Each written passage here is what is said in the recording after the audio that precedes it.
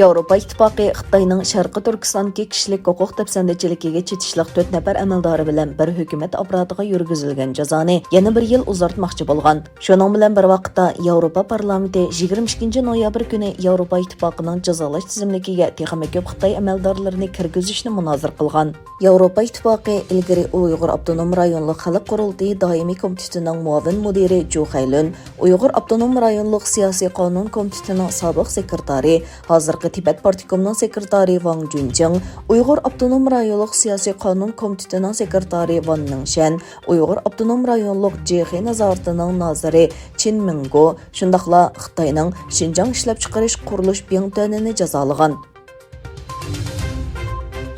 Türkiye İyi Partiyasining parlament a'zosi İbrahim Halil Oral 2022 yili 18 noyabr Ichki ishlar ministrligining Türkiye parlamenti plan va xomchot komitetida o'tkazgan doklad berish yig'inida hukumatning ko'chmanlarni boshqarish jihatidagi yetarsiz haqida so'z qilganda Uyg'urlarning fuqarolik masalasini o'tirib qo'ydi. Oral davlatning Uyg'urlarga yetarli ko'ngil bo'lmaganligini va Uyg'urlarning Turkiya fuqaroligiga erishishda ayrimchilikka uchraydiganligini ta'kidlab, yuzlagan Uyg'ur turklarining fuqarolik iltimosi davlat bexatarligiga tahdid solgan degan bahona bilan rad qilindi dedi.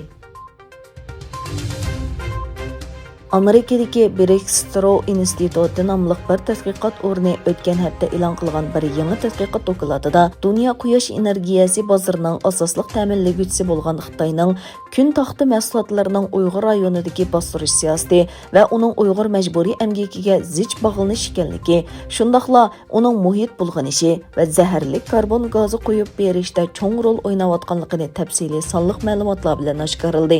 Breakthrough Institute kun taxta imperiyasining gunohlari nomli dokladida xalqaro quyosh energiyasi sohasini Xitoy hukumatining Sharqi Turkistonda axloqiy o'lchamlarga uyg'un bo'lmagan kun taxta batareyasi ishlab chiqarishga qarata hal qilish chorasi tepishga chaqirgan.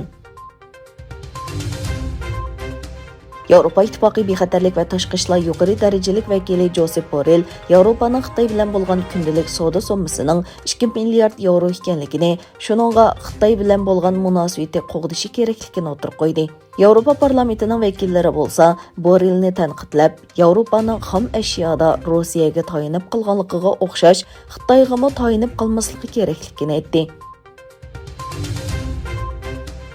Türkiye'nin Düzce vilayetida 23 noyabr sahar soat 4:08da 5.9 bal yer tavirdi. Tavrash İstanbul, Bursa, İzmir qatorliq joylardami ro'shan ta'sirini ko'rsatdi. Turkiya doiralari nurg'on qitim qoldiq yer tavriganligini, hozirgacha o'lim ahvoli yo'qligini, 30 dan ortiq kishining yaralanganligini bildirdi.